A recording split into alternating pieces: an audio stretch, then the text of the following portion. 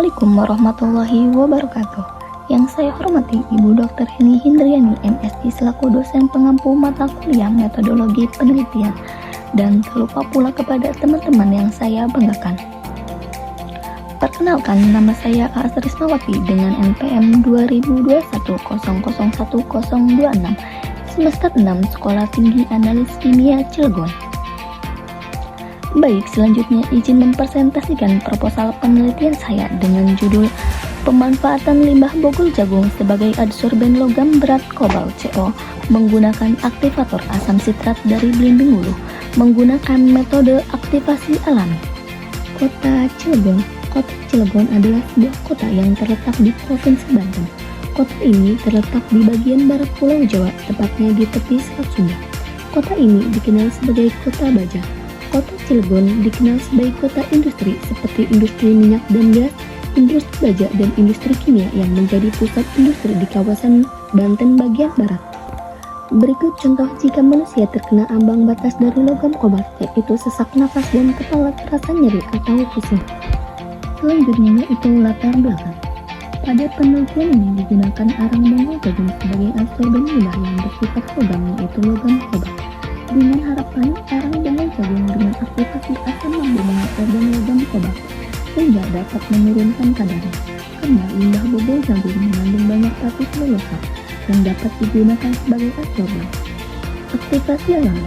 Aktivasi alami merupakan pengaktifan arang atau karbon menggunakan bahan alami sebagai aktivasi dengan cara merendam arang dengan bahan alami. Keunggulan ini yang didapatkan menggunakan metode aktivasi alami. Salah satunya adalah produk yang dihasilkan dalam aktivasi ini lebih banyak dibandingkan dengan aktivasi fisika. Beberapa penelitian menunjukkan adanya peningkatan aktivator kimia dalam meningkatkan nilai kapasitas.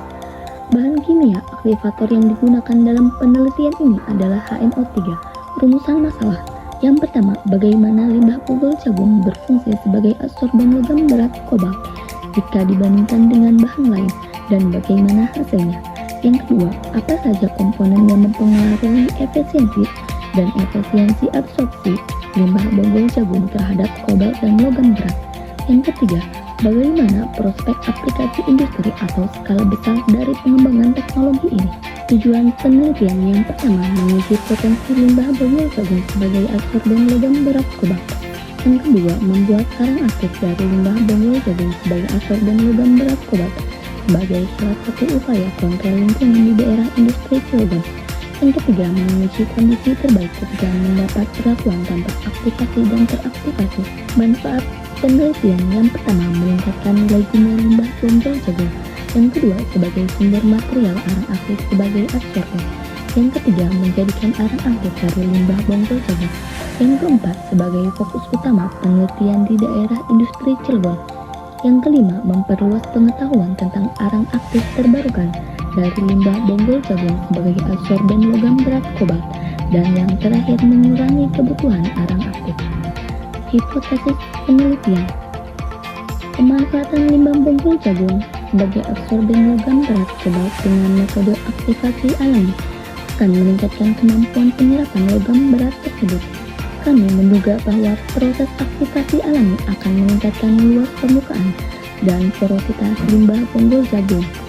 Pada gilirannya akan meningkatkan kapasitas penyerapan kobalt oleh bahan tersebut.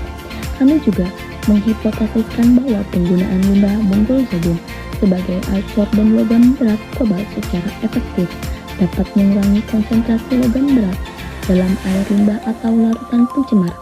Dengan demikian, kami percaya bahwa penelitian ini akan membuka pintu bagi pengembang solusi yang ramah lingkungan dan ekonomis dalam mengatasi masalah pencemaran logam berat. Jadwal penelitian. Yang pertama, persiapan sampel. Yang kedua, pengambilan bogol jagung.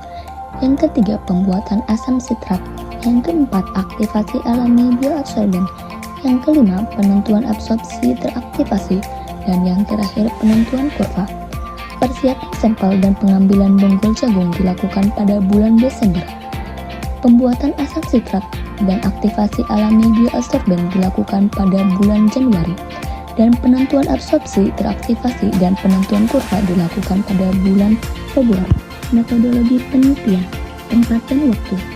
Penelitian ini dilaksanakan selama kurang lebih 3 bulan, dijadwalkan bulan Desember sampai Februari, menggunakan metodologi eksperimen di laboratorium Sekolah Tinggi Analis Kimia Cilegon.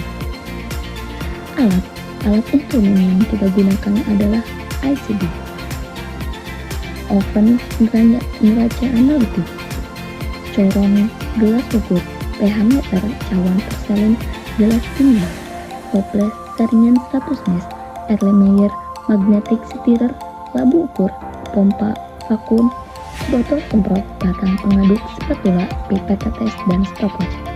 Bahan yang digunakan yaitu Aquades, sampel bonggol jagung, kertas label, air limbah industri, HNO31N, kertas saring Lieutenant 41, dan Cobalt ICP standar. Selanjutnya yaitu prosedur penelitian. Yang pertama, preparasi sampel. Bonggol jagung ditimbang seberat 500 gram, dikeringkan di bawah sinar matahari selama 5 hari. Kemudian diperarang hingga menjadi arang. Selanjutnya dihaluskan dan diayak dengan menggunakan ayakan 100 knot. Lalu arang aktif dimasukkan ke dalam wadah yang kedap udara atau toples. Yang kedua, pembuatan asam sitrat. Belimbing wulu yang sudah dicuci bersih kemudian dihaluskan dan diperas sehingga menghasilkan ekstrak buah belimbing wulu. Kemudian disiapkan belangko pada masing-masing bahan sebanyak 250 ml tanpa ditambahkan ekstrak buah belimbing wulu ke dalam Erlenmeyer ASA. Pembuatan konsentrasi mulai dari 75% dan 100%. Disiapkan masing-masing larutan eksperimen asam sitrat dan Aquades dengan perbandingan bahan 3:1 yang dimasukkan ke dalam labu ukur 1 liter. Lalu dipindahkan sebanyak 300 ml ke dalam Erlenmeyer ASA.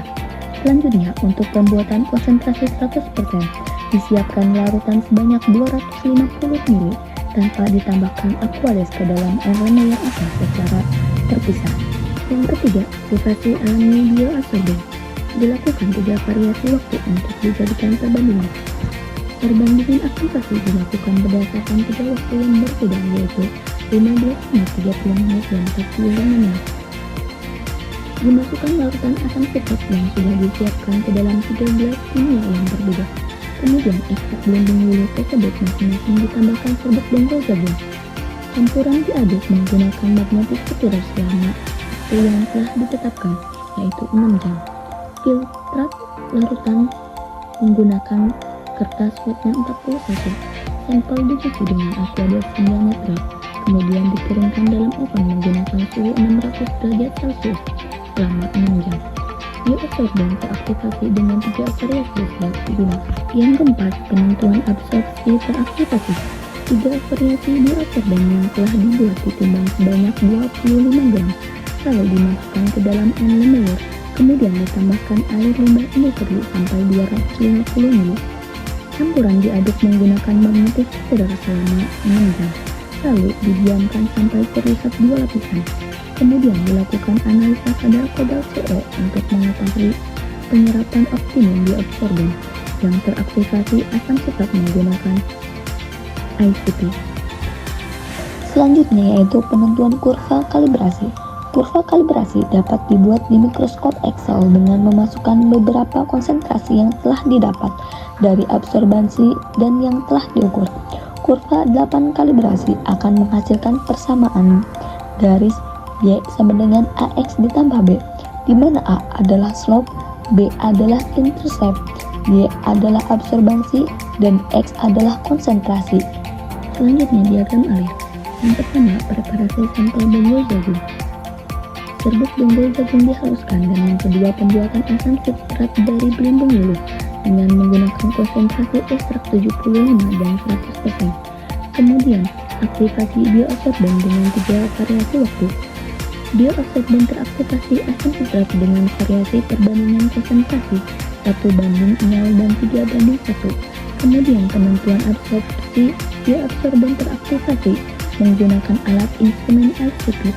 Dan yang terakhir, evaluasi data.